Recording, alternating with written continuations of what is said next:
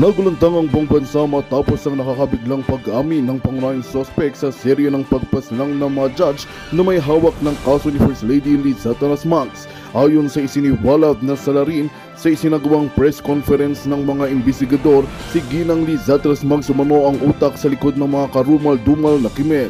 Batay sa isinampang kaso, inamin ng salarin na siya ay inutusan at binayaran upang patahimikin ang mga judge na umano'y may hawak ng sensitibong impormasyon na maaaring makasira sa reputasyon at posisyon ng unang ginang. Naging matibay na ebidensya ang mga text messages, bank transactions at record na pag-uusap na ngayon ay hawak na ng mga otoridad. Sa ngayon ay tahimik pa rin ang kampo ni Ginang Liza Talasmags at wala pang opisyal na pahayag mula sa Malacanang. Samantala, patuloy ang pag-aalab ng damdamin ng publiko at ibang grupo na nananawagan ng mabilis at patas na investigasyon.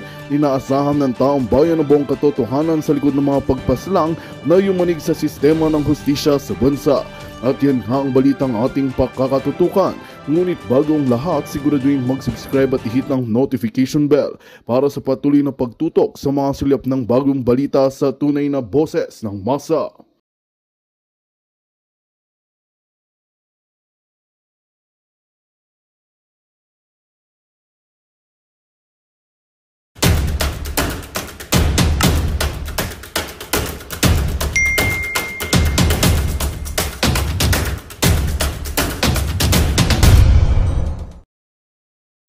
Ayun, mga kababayan, ako, thank you. Uy, Ilonggo, TikTok, palangga. Ang ganda-ganda ng mga emote mo sa akin, ha? Ang ganda ng mga video mo sa akin. Hindi ko kinaya. O, di ba? Ang outfit natin today is ube. This is my favorite color. Ayan, ang lipstick natin nakisama rin. Alright. So, ano ba ang chika boom boom? Aha, from watching from Orange County. Alright, si Cheryl Pinkian. Okay mga kababayan, pag-usapan na natin ang mga seryosong usapin patungkol nga sa nangyayari sa Pilipinas. Masarap daw yung corned beef, okay? Natikman, kasabi ni Arvin, Dayan, masarap daw ang corned beef. Okay, ngayon mga kababayan, pag-usapan natin ang Interfool ni Bangag at yung tax evasion na sinasabi nila na tuhulihin nila lahat. Alright? So, actually, marami mga nagme-message sa atin na mga puting ahas, pero hindi naman expose yung mga message nila. Dahil in-out na ng gobyernong Bangag yung kanilang plano na ipadukot ako, ipa-extract ako. Bago ko umalis ng Amerika, 'di ba? Sinabi nila na mayroong warrant of arrest si Maharlika at mayroon pa silang mga palabas na ako ay wanted sa Pilipinas. Yes, totoo yun. Wanted ako sa mga bangag. At ang sinabi pa ng Jutang Ginina, kasi ayaw nilang minumura sila, itong mga buwaka ng inang ito, itong si Santiago, yung NBI director, ang sinasabi niya, dapat na daw kalusin yung mga vloggers. At kahit daw nasa Amerika, ay hindi nila sasantuhin. So kalusin means, in street language, execute, gurgur, tapyasin. Alam nyo, maganda nga itong mga sinasabi nila. Dahil sa sobrang hindi nila mapigilan yung kanilang mga sarili sa galit, sa evil nila, dahil galit na galit sila kay Maharlika, dahil ini-expose, kaya hindi nila mapigilan kahit nakapag-aral ng abogasya. Pero bobo itong si NBI Director Santiago at sila Lisa Tanas kasi mga bangag sila. Grave threat yung ginagawa nila. Na kakalusin ako kahit nasa Amerika. And this is gonna be talk of the world. Okay? The moment, kasi itong mga kababayan, ang napag-alaman natin pala, dyan sa statement ng NBI, ay sila ay magsasampa na ng kaso. Sa akin, although hindi nila exactly sinabi na ako lang mag-isa, pero lahat ng mga vloggers sa abang bansa at sa Pilipinas. Inciting to sedition. Diba? Then, criminal case yung libel daw. At makikipag-ugnayan daw sila sa Interfool nila. So, ang sabi sa akin ng mga puting ahas, possibility, possible lang. Pwedeng mangyari, pwedeng hindi. Ang sabi sa akin, Miss Marlica, mag-ingat ka dyan sa The Hague. Kasi baka gagawin ang ginawa sa iyo katulad kay distressed mother na nag-fabricate ng crime sa Pilipinas, which is they already fabricated, crimes against me. Not only 1, 2, 3 yung mga ginawa nila. At magpapadala sila ng Peking Interpol. When I say Peking Interpol, okay, ginawa nila, gawin nilang legal yung peke. Nakuha nyo, gamit ang mga fabricated documents galing sa Pilipinas. Again, okay, ang criminal case is jurisdictional yan, mga kababayan. Sa Netherlands, wala naman akong ginawang krimen. Okay? Wala akong ginawang krimen. So, ang sabi sa atin, sa akin, ang pattern na gagawin nila, katulad kay Sheena, katulad kay Pangulong Duterte. Kasi remember, yung si Sheena, yung si distressed mother, yung nakapanood sa inyo, nag-fabricate ng crime, si Lisa Tanas, yung ex-partner ni Sheena, yung mga kasabwat nila, si Teddy Boy Locsin Jr., yung asawa niya, si Maria Louie Barcelon, ang DFA, ang ISAF. Ang korte. Naalala ninyo na bago nila in-extract yung dalawang bata, ang passport ng mga bata, original na passport, hawak ni distressed mother ni Sheena. Pero nung in-extract nila yung mga bata, may dalang extrang passport yung kasabwat ni Lisa Tanas. Sinabi po yan ni Sheena sa kanyang vlog, sa pag-interview ko sa kanya. And this is very Lisa Tanas. At itong ginagawa nila ay lahat ito galing kay Marcos Jr., kay Lisa Tanas. Ganun po ang galit nila sa isang Maharlika, sa mga vloggers na kapwa ko, sa inyong mga commenters. Okay, so ito ba ako makalimutan? Alright? Dahil ini-expose natin. So, ang posible nilang gawin dito sa Netherlands, huwag kayong mag-alala, hindi ako natatakot sa mga buwakan ng inang ito. Okay? Ang gagawin nila, magpapadala sila ng makipag-coordinate sila dito sa Netherlands Interpol. Okay? Kasi I think 190-something countries ang member yan. At yun naman ay hindi, ang red notice, di ba, as explained by our experts, na-explain niya ni Attorney Harry at ang iba pang even Attorney Vic, Attorney Glenn, ito ay hindi warrant of arrest.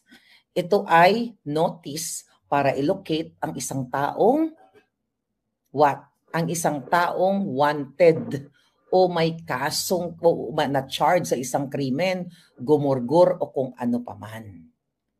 Hindi ito, ang notice na ito ay para hulihin ka. Pero bakit pa sila mag-i-issue ng red notice? Hindi naman ako nagtatago. Nandito ako sa Netherlands.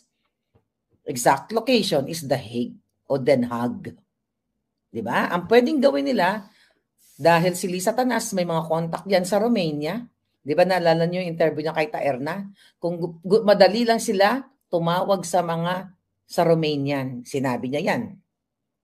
Okay? Ang possible nilang gawin ay magpeke ng mga dokumento. Well, it will appear legal kasi galing sa gobyerno ng Pilipinas at ifo-forward nila dito sa the Netherlands. But don't worry. Okay? Hindi magwawagi itong mga buwakan ng inang ito. At pwede nilang gawin, again, yung katulad ng pag-extract sa mga bata kasi ginawa nila sa Turkey yun. Nakipagsabuatan sila doon sa mga actually hindi nakipagsabuatan sa sa Turkey police. Ginamit nila ang Turkey ang authority ng Turkey para mag-present ng mga legal documents na ginamit nila pang-abuse sa kapangyarihan ng korte, kapangyarihan ng mandato ng DFA,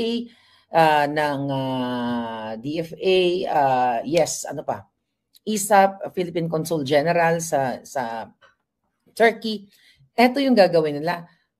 Yung mga dokumento, legitimate. Pero illegal. Nakuha niyo yung ibig ko sabihin.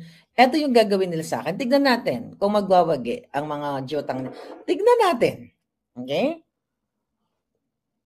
Ayoko magyabang dito. Di ba? Alam niyo naman may pagkamayabang din ako, di ba?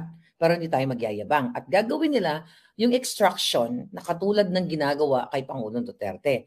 Pero, i-extract nila ako papuntang Pilipinas. Bring it on.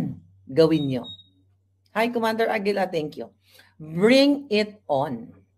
Gawin nyo para mapag-usapan ako ng buong mundo na may isang Maharlika at si Pangulong Duterte, pinag-usapan na. But you're not gonna win.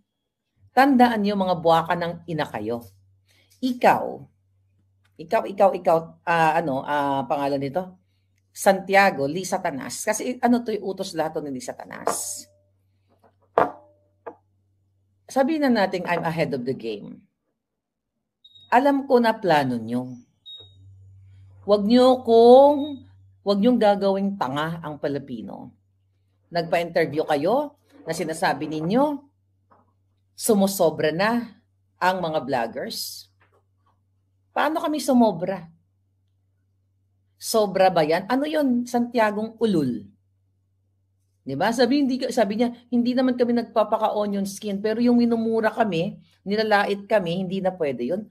Buha ka ng ina mo 1 million times, 6.325 trillion times, equivalent ng budget ng Pilipinas na dinorobo nyo.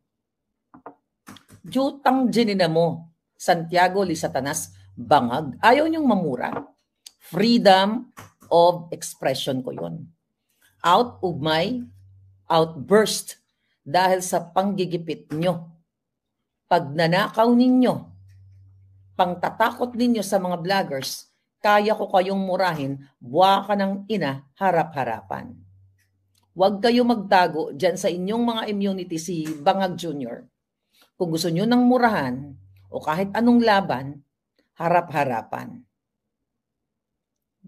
Legal sa legal. At nilalabanan ko po sila, mga kababayan. Di ba? Imagine ninyo. Thank you, Chino. Ang sabi ni Chino, Marlica, you're the best. Well, but your coffee here is much love, baby. Thank you very much, Palangga.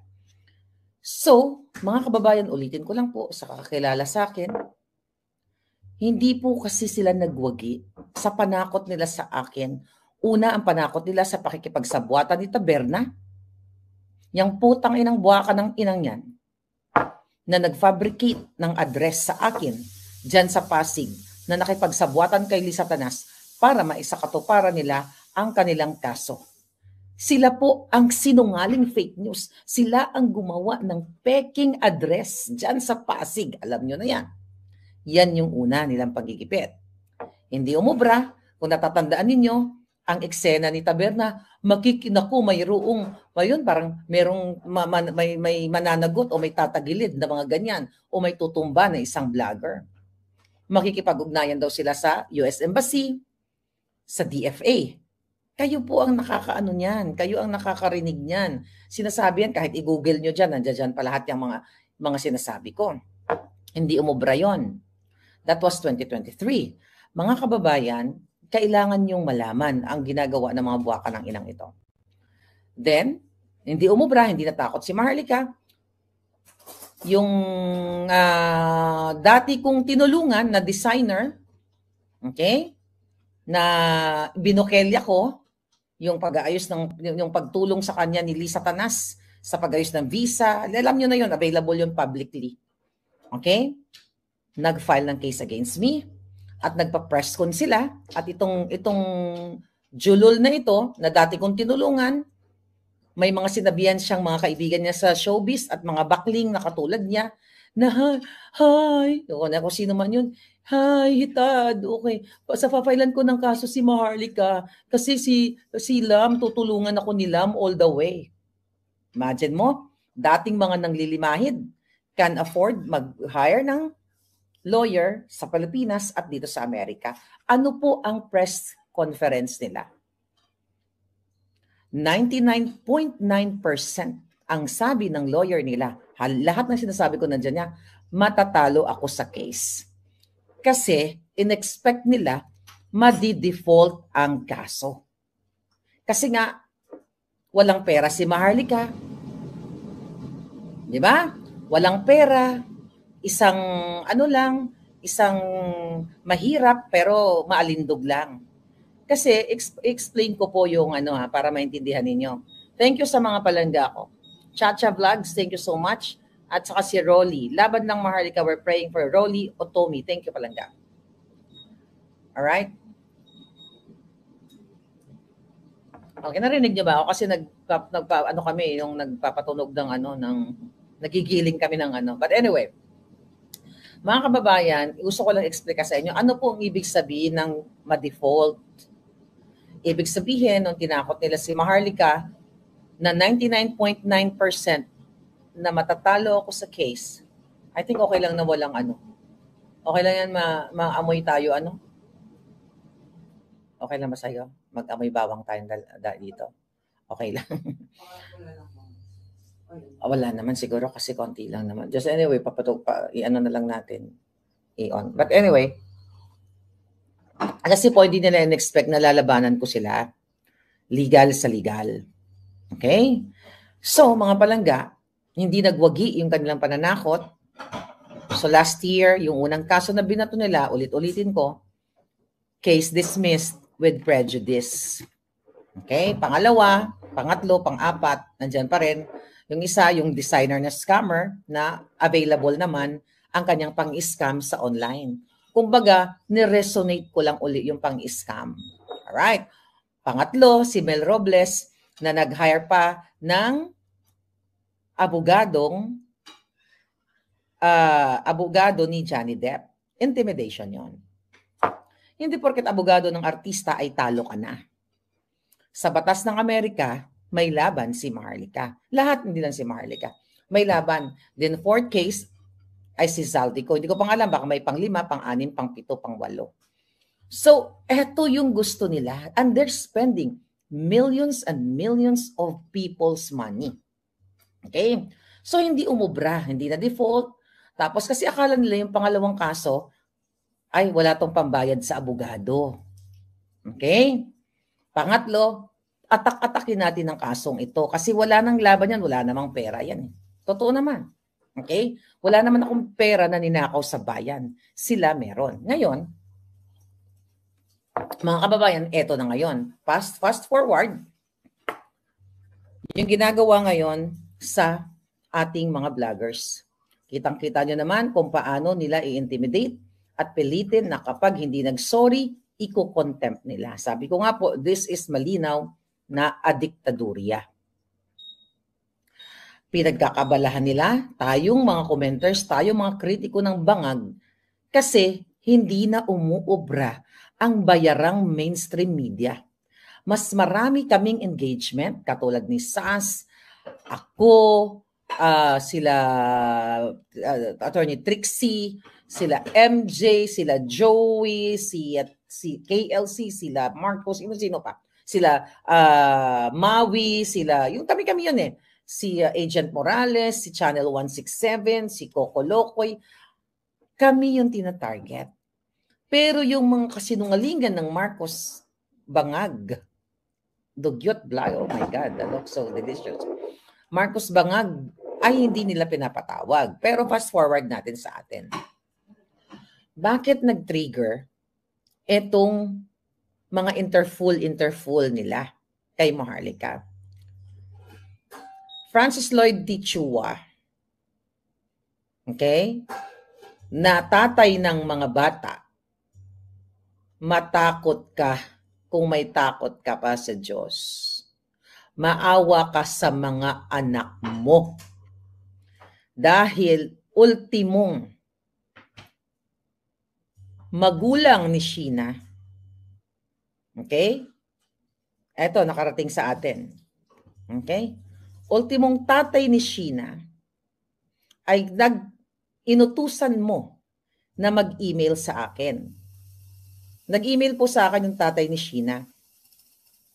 At pinagsalita ni Lisa Tanas. Okay? Ang tatay ni Sheena, ni distressed mother, nag-send siya sa akin ng video At ito ay scripted. Nagbabasa si father. Ako, naaawa ako sa father ni distressed mother. Hindi ko alam, hindi natin alam kung baka habang nagbabasa siya ng script at nagsasalita laban sa kanyang anak, ay tinututukan ba siya ng barel?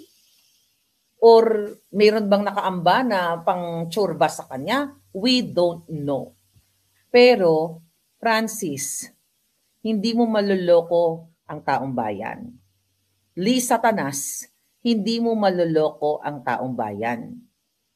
Pati tatay ni distressed mother ay ginamit ninyo para magsalita laban sa kanyang anak. Do you think titirahin ko ang tatay ni Sheena? Hindi po. Sir, naaawa po ako sa inyo dahil alam ko kayo ay napupwersa lamang. I don't know, ayoko kayong pagbintangan, pero 3 lang ang posibilidad. Pwedeng inoferan kayo ng pera. Then pangalawa, pwedeng may nakatutok sa inyo. Pangatlo, pwedeng tinatakot ang buong pamilya nyo. I'm not gonna say anything. Okay? Naka-Ilonggo man, makaintindi man kayo ng Ilonggo. Okay? Ay, hindi, ano pala, Cebuano pala. Ha? Well, naintindihan niya man yung Tagalog. Hindi ako magsasalita against you, father of distressed mother. Dahil I know, isa po kayo sa biktima. Ikaw at ang anak mo at ang mga apo mo ay biktima. Ang tinitira po natin dito at ginigising ang mga kababayan natin na ito ay kagagawan ng Marcos Bangag Jr. Pero sasagutin ko lang yung konting message nyo po sa akin na sinasabi ninyo doon sa message na parang sinasabi mo sa anak mo na Sheena, iuwi mo na yung mga bata dito. Ligtas kayo dito. Paano maging ligtas ang inyong anak kung pinailan ng mga fabricated crimes? Hindi ligtas ang anak ninyo. At sinasabi nyo, iuwi mo na, isoli mo na kay Francis yung mga bata, yung isang bata dito, yung may isa pang anak dito Isoli? Anak po yun ni Sheena, yung sinasabi niyong isoli. Isusoli yung anak niya. Hindi ba dapat ang isusoli yung dalawang, yung dalawang apo? So yun may nagsend na saan. Pero naiintindihan ko, kasi kailangan malaman ng taong bayan to. Scripted kasi. I don't know kung nilabas na nila, ganyan. I don't know kung nilabas na sa whatever. Pero very scripted. Wag ako Lee Satanas. So balik tayo sa issue ko. May issue natin. Okay? Interpol ni Bangag at tax evasion, di pa pala natin napag-usapan yan. So ngayon, pupokus tayo dito na sila daw ay magpapile ng case sa mga vloggers. Bakit ginagamit ni NBI Shongabels si Santiago ang salitang Interpol? Makikipag-ugnayan daw sila sa Interpol sa mga vloggers na nasa ibang bansa. Sino ba ang pinapangalanan nila? Sino ba ang tinatarget nila? Lagi nilang bukang bibig. Si Maharlika, na sa Amerika na pwedeng kalusin at hindi wag pa kakasiguro si Maharlika na ligtas siya kahit nasa Amerika. Ako yun. Okay? So gagawa sila ng inciting to sedition case dyan sa Pilipinas, maybe gawa na yan. Maybe andito na nga sila yan sa dahig. Then, gagawa sila ng sinasabi ni Santiago, na titignan nila yung mga vloggers, yung kanilang tax. Okay, tax record. Ngayon, mga kabayan ko, nagbayad ba sila ng tax? At special mention ako. Gusto kong pasalamatan, actually, ang aking palangga sa pakikipaglaban, si Edwin Hamora, si Mahal na Reyna, na yan din ay sinasama nila para sa HUAD committee, sa TRICOM na yan. Sinasama po nila yan. Ayan, napakamatalinong tao yan. Okay?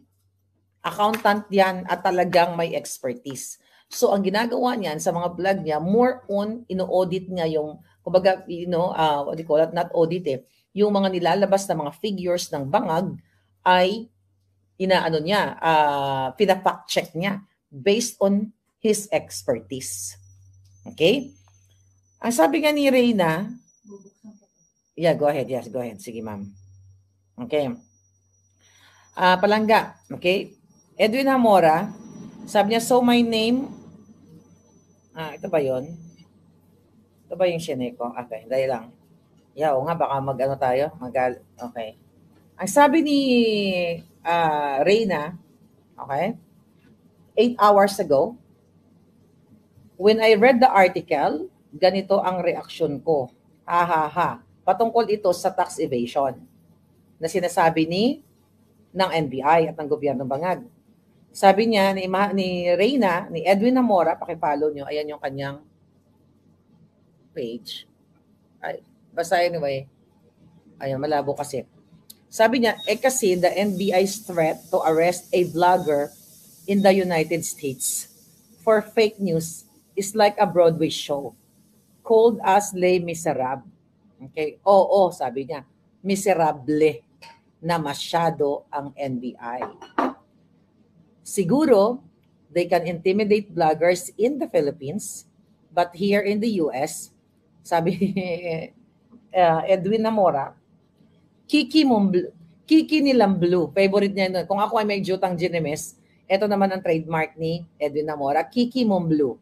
Okay, Kiki nilang blue, ang labas niyan because we are protected by the First Amendment here and its powerful shield. Kung wala namang nakumit na crime ang vlogger in the US, that drama by the NBI will not go anywhere. Exactly. Wala po akong nakumit na crime sa Amerika. Right? Sabi ni Edwin, pangalawa, Diyos mio naman, nasa konstitusyon ng Interpol na they don't act on politically motivated cases, defamation, libel, or anything that infringes on the free speech protections of democratic nation. Totoo yan. Kaya nga sila ay dadagdag nila yung inciting to sedition na dinadrama nila. Now, pangatlo, and because of number 2, highly doubtful na mag-issue ang Interpol ng red notice. Pero pwede nila, hindi natin alam kung anong pwedeng pagmamaniobra ng mga bangag. Tandaan nyo yan. But, you have to be ready. We have to be ready. Number 4, sabi ni Reyna, and let's say, for the sake of argument, na magkaroon ng extradition sa Pinas, kahit pa may red notice, the US will not extradite a US citizen accused of libel in the Philippines kasi nga that is not a crime here. Okay? Kaya pwede po ba, NBI, just use your time wisely on adding pressing crimes in the Philippines. Okay, yun ang sabi niya. Yun ang sinasabi ko. Imbis na pagkabalahan nila ang crime na nangyayari sa Pilipinas, ay pinagkakabalan nila kami. Pero gusto ko munang pasalamatan